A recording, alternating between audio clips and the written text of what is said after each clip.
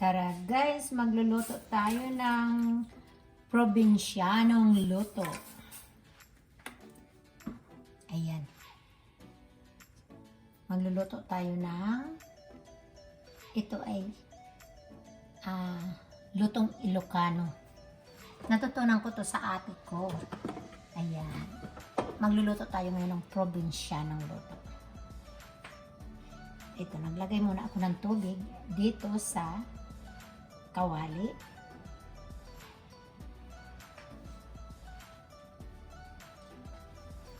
Dagdagan pa kaya natin ito. Ayan. Tapos, ilalagay ko itong ayan, bawang tsaka sibuyas. Pakukuluin natin yung tubig. Diba? Ganun yun. Ayan, ganun.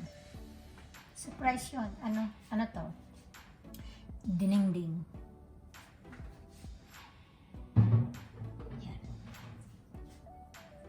Pakukuluin muna natin yan. Lalagyan natin ng bagoong alamang.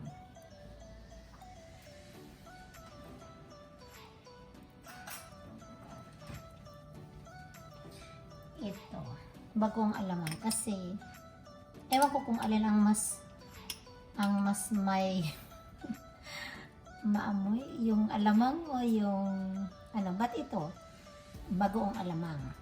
Ayan, yan, ilalagay natin yan dyan. Ayan pa. Tapos pakukuluin natin, pakukuluin lang natin yan. Tapos lagyan natin itong accent, pangpalasa. Ayan. Ganun lang. Pakukuluin natin yung tubig. So, hintayin natin na kumulo ang tubig. Ayan. Habang hinihintay natin itong pagkulo ng tubig, ito yung aking main ingredients. May pinirito akong isda. Tapos, ito yung bunga ng malunggay. Itong bunga ng malunggay. Tanim ko yan dyan sa likod ng bahay ko.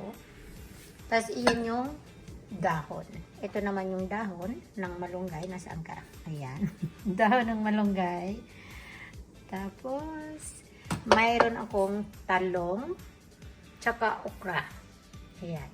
Pagsasama-samahin ko sila mamaya. Ganun lang. Simpleng luto. Lutong probinsyano. So, ayan guys. Ayan. Ito. Napakasarap kaya ng bunga ng malunggay. Natutunan ko tong luto na to doon sa ate ko. Kasi nakapangasawa siya ng Ilocano. Ayan. Kaya marunong siyang gumawa niyan. So, sige guys, tingnan na natin yung tubig kumukulo na. Ayan, tingnan natin kumukulo na siya. Ayun.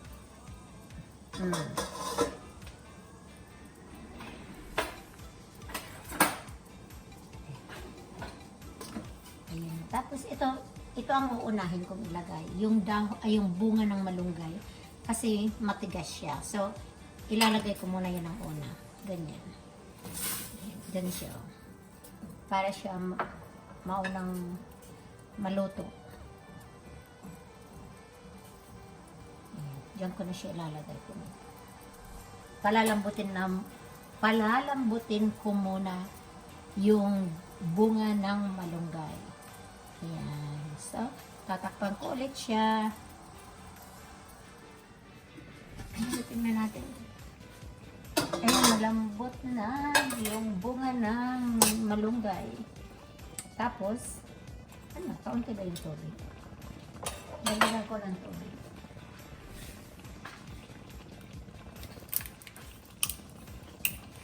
Lagyan ko ng tubig guys. Ayan. Tapos ilalagay ko na itong piniritong isda. Ayan, sarap. Ayan, dyan yan. Ito, probinsyang luto. Laging masarap. Basta probinsyang luto, laging masarap. Ayan, ilagay ko na to ang piniritong isda. Tapos pakukulaan natin siya.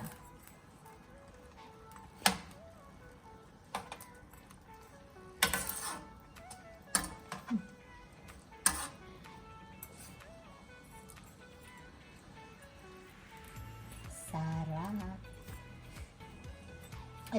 Ito yung tinatawag na dinengdeng. Hindi masyado kumpleto kasi wala akong bulaklak ng squash or ano tawag ba ng squash? Kalabasa. Ayan, kalabasa. Pero yan. Yan. So, pakukuliin natin muna ulit. Ayan, magkukulo muna na ulit siya. Tatakot ko siya.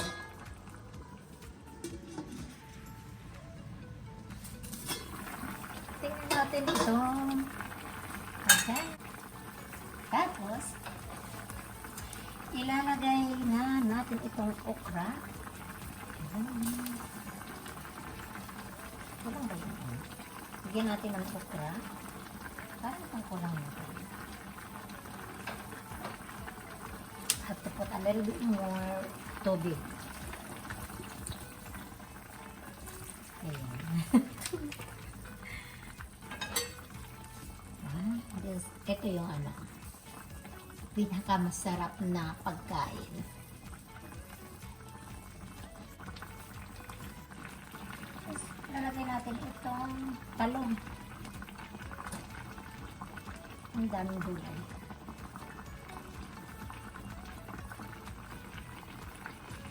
Tapos, ipatakpan muna natin para humupa yung gulay. Ayan. Tapos, ilalagay ko na itong bunga.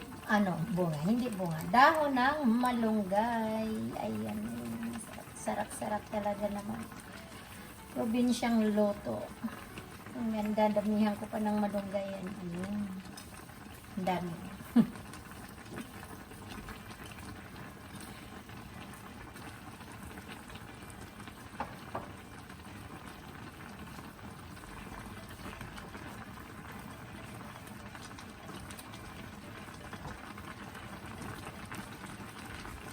Wala na yung lista, natakpan na. Ayan, sarap. Ayan. Okay guys, probinsyang luto.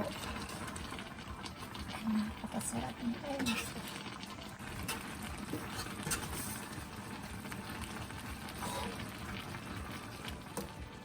Ito luto na ito guys. Ayan, luto na yan. Sobrang sarap niyan.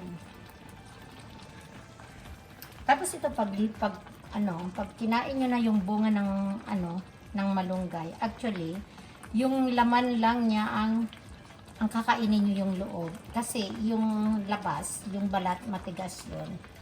So, yung loob lang niya, yung bali, kakad ka rin ng kutsara. Ganun. Kasi matigas yun. So, ayan, luto na po. Ito yung dinengdeng. Lutong Ilocan. So, guys, huwag niyong kalilimutan na i-like at i-comment, i-subscribe. Tapos, i-push yung bell button para lagi kayong updated sa mga aking linuluto. Salamat po. Ayan.